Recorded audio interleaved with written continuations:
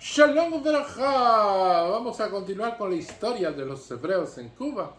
Y seguimos con el almanaque hebreo Vida Habanera en el año 1944. Tenemos un artículo que dice ¿Por qué? Por Fernando Martín Hirzel y trae los fragmentos de un artículo.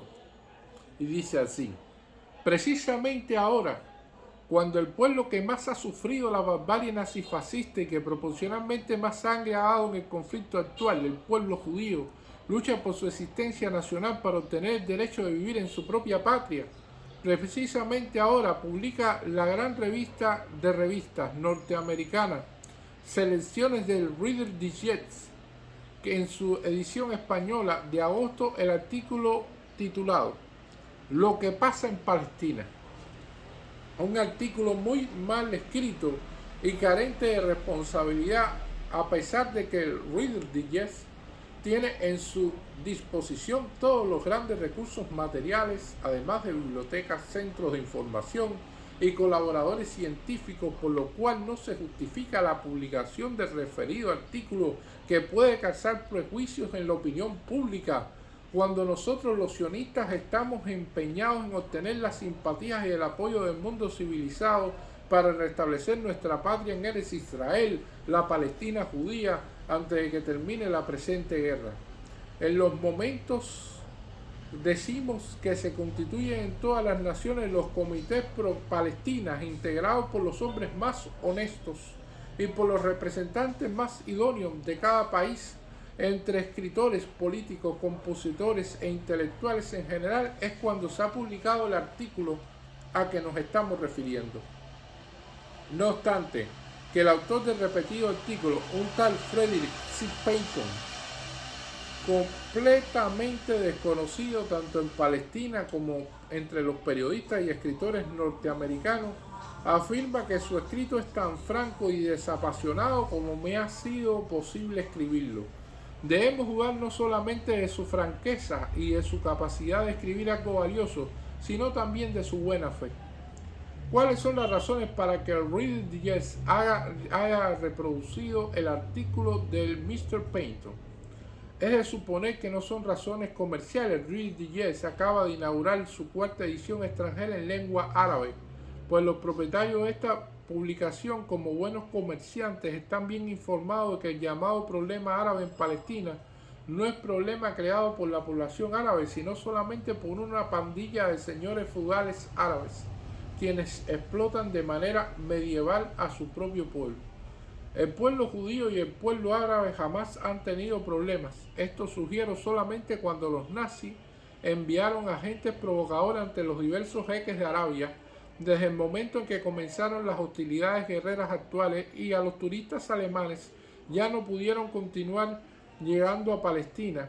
Han cesado como por encanto repentinamente todas las dificultades internas de Palestina y no existe hoy problemas que no puedan ser resueltos amistosamente entre las poblaciones árabes y judías. ¿Cuál es entonces la razón para que el Reader Digest publique un artículo enteramente contrario a la política de su propio país? Recordemos la famosa declaración del presidente Roosevelt, uno de los americanos más ilustres que los Estados Unidos hayan tenido jamás, o la declaración del vicepresidente Henry A. Wallace del 31 de octubre de 1940, o las informaciones y simpatías de candidatos republicanos en las pasadas elecciones, Wendell Willkie, o el libro presionista de Sumner Welles, o la resolución en el Senado norteamericano llamado la resolución Taft, de Robert Taft, uno de los máximos líderes del Partido Republicano, así como la del señor Robert Warner, una de las principales líderes demócratas, quien es también el presidente del Pro-Palestina de los Estados Unidos de América, el cual cuenta entre sus miembros la gran mayoría de senadores norteamericanos, más de las 2/3 partes del Senado de los Estados Unidos y más de 150 diputados activos norteamericanos. Estos senadores y diputados representan la mayoría de políticos y la opinión pública de su país, para no mencionar centenares de otros componentes ilustres orgullo de los Estados Unidos en los campos de la ciencia y de arte, como médicos, escritores, compositores, rectores y catedráticos de universidades, etc., que integran el referido comité. ¿Cuáles Pues preguntemos de nuevo la razón. ¿Por qué Reader Digest publica su artículo contrario a la opinión de los más elevados portavoces de la democracia mundial? Winston Churchill, ya en 1939, ante la Cámara de la Gran Bretaña, criticó, la única vez que yo sepa que él lo había hecho públicamente, al gobierno conservador del cual es un miembro leal, porque la actitud de dicho gobierno era conforme a la tradición británica. Sigue dicha actitud en la cuestión de la Palestina judía, según Churchill, una fragante ruptura de una solemne promesa hecha al pueblo judío.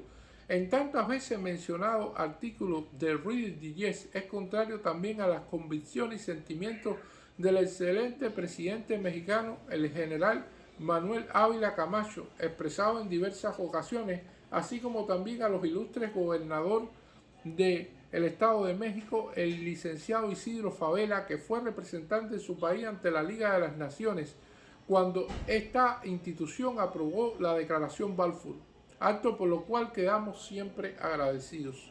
El licenciado Fabela es uno de los principales organizadores, apoyado siempre por el brillante licenciado Marín del Comité Pro Palestina Mexicano, del cual el citado licenciado Marín es secretario general y presidente del honorable diputado licenciado Marillo.